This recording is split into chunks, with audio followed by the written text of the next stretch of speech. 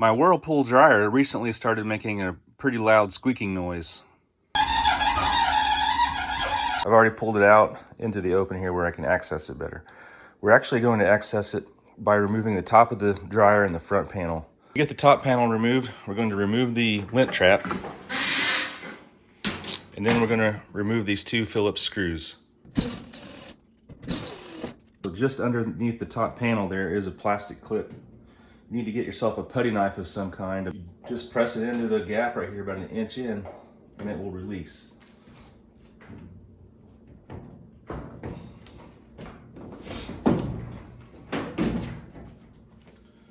And then if you need to, you can kind of pull forward from the back of the dryer. Now the whole top panel will rotate upwards, give you access to the drum here. These clips in the front are just a plastic snap, and they just press in. So if you can get any little thin tool in here, press that in and it will release it and you can lift up. If you can lean it against a wall, that would be great. If you can't lean it against the wall, use a piece of string or wire and put through this hole and tie it down to the other base of the dryer to support it. Next thing we're going to do is take your front panel off, and to do that we need to first disconnect the door switch right here, the little connector. We'll disconnect that, and then we will remove one little bolt on each side. There's one right here and one right there. We'll get those removed. Careful with the door switch connector. It's just plastic, and if you have an older dryer, it could be brittle and easy to break. So just put some pressure on it, try to separate it, and then I use a little flat screwdriver and just try to gently nudge it off of there on each side of that little connector.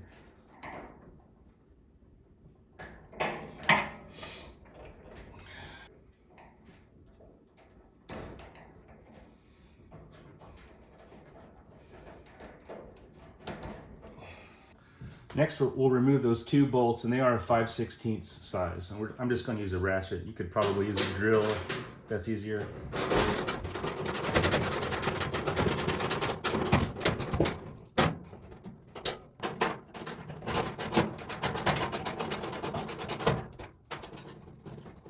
Now you should be able to lift up on the front panel of the dryer and it will come off. It's only held on the bottom by a couple of clips.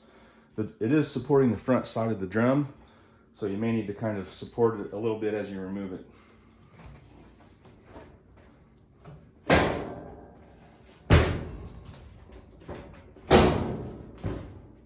To remove the drum, you can use the belt to help you support the front end of the drum here.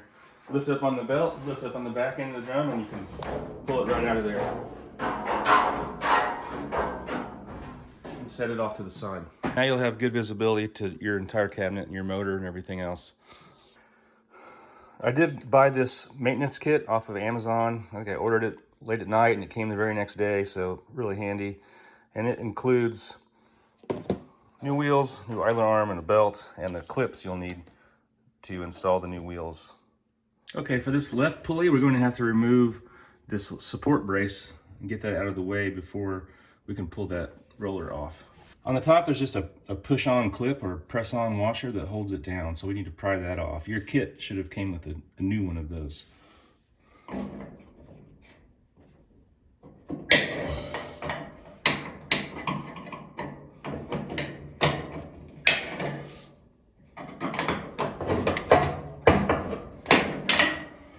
And then the bottom should be the same size bolt that you've already used, which is 5/16 socket. We're just going to loosen it some. I don't think we need to take it all the way off. Just remove it enough to where you can rotate it out of the way like that. The roller wheels have a white piece of plastic in the shape of a triangle that press on the shaft and act as a clip. Your new wheels should have came with new triangular clips, but if they didn't, be very careful removing these so they don't break, so you can reuse them. You just pry them off right in the center, out of the groove. There it goes. Now with that clip off, your wheel should just pull off. We're going to do what we can to clean up this shaft Make sure your shaft isn't worn out. If it's pitted and obviously worn out, you need to replace that shaft, or else your roller won't rotate smoothly, and you could still have it squeaking, and you could wear out your new wheel very quickly. So go ahead and clean this off. Your kit should have came with 4 of these triangular clips. There's one that holds the wheel on the front side, and one that holds the on the back. So even though you technically don't need to remove the back clip, you might as well, you've got new ones, might as well remove both the front and back clips. That way you can clean it as best you can. Mine seems to have a lot of old hair and gross stuff kind of wrapped around the groove. So I'm going to try to clean it.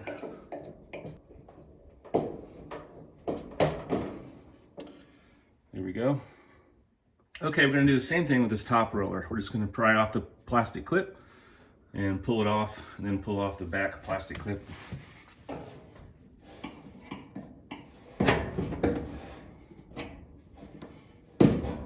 That one came right off. A lot of hair on mine.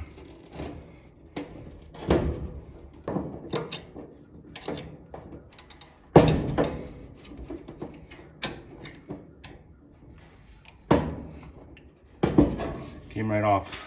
Clean that up.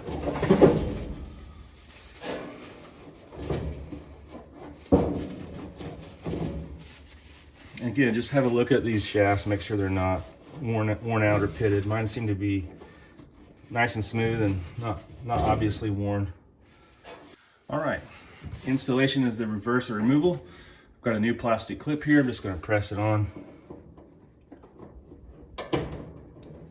See if you can work it to the back without damaging it. There it goes. There, now that's in place. New wheel, same as the old wheel.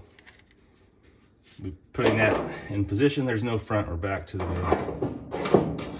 You see how it just rotates easily. And another new plastic clip on the front. Right there. That one's good to go. Same thing over here. Try to get this plastic clip pressed on to the back side. It's a little tricky to get it past that groove, but not too bad. There we go. It's in position. Get your other new wheel.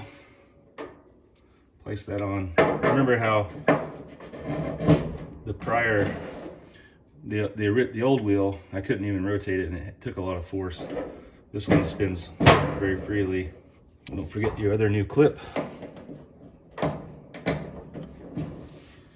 And now the support arm, you can rotate that back into position, back onto the shaft. And then your kit should have came with a new, it's a press, kind of a press-on nut. You're able to just press it on the shaft until it gets in the groove there, and it'll hold it down. So let's press that on. You probably will need, once you get it started, to press it with a screwdriver or some pliers or something.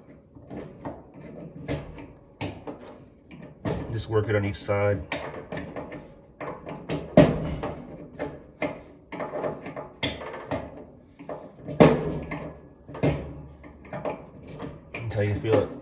Until you feel it get in the groove there. Now let's not forget to tighten up that lower bolt again on this support arm.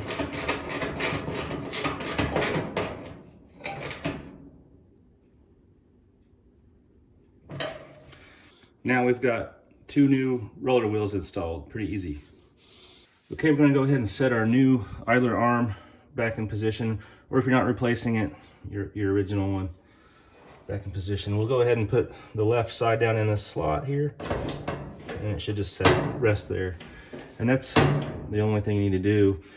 Your belt, once you get it in there, is actually what provides the tension to hold it into place.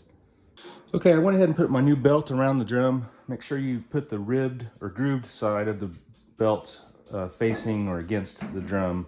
It's what's supposed to be touching the drum. Once you get it on there, we're going to go ahead and set the drum back into position. The felt seal on the back side is going to go try to get it over the top of the back side of the cabinet. But if it's not perfect, don't worry, we can get it at the next step with your putty knife. We'll make sure it's on there right. So we'll just set it into position. Next, we'll go down below and make sure and get our idler arm on the belt. Okay, this is a little tricky if you don't have a helper to hold the drum up, but if you can get the drum into position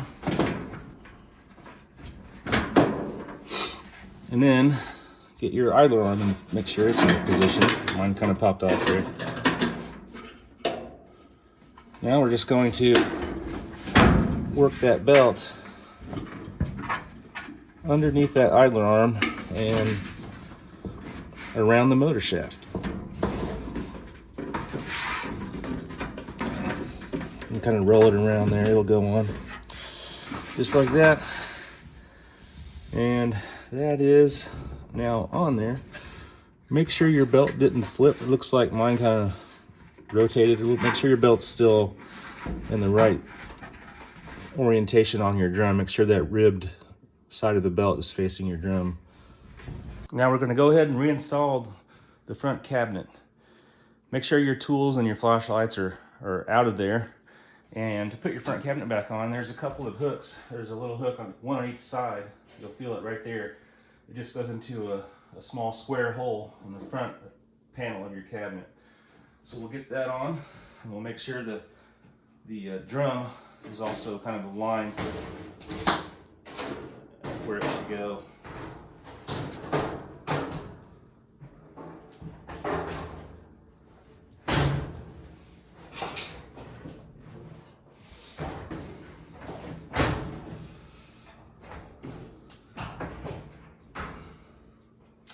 Okay, and you can have a look inside your drum and inside the top of your cabinet, and you'll see that your drum's in the right position. Now get your 2 bolts that hold the tops on, and put those 2 bolts back in.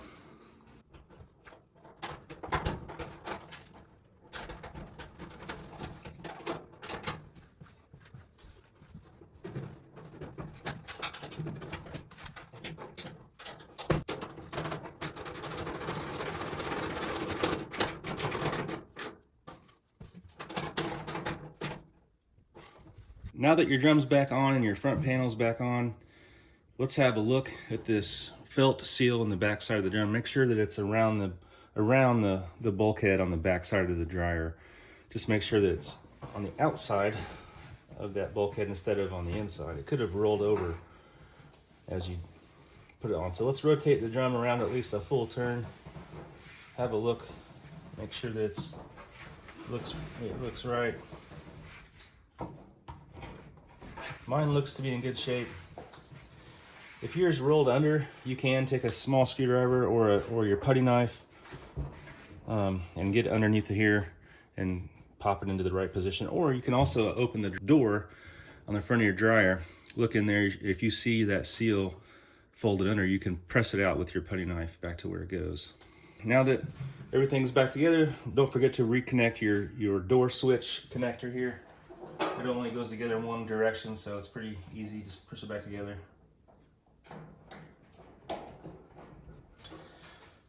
And now you should be ready to close your top back down, and it's just held on by these clips. So let's close it back down.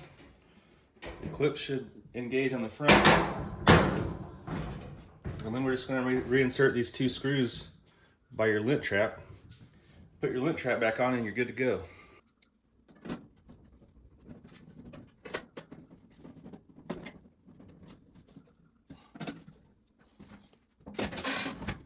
Hopefully you all found this video useful. Don't be afraid to work on your own dryer. It's pretty simple. You can get parts anywhere or on Amazon, and it's not very complex. So hope this video helped you out. If it did, give me a thumbs up, and thanks for watching.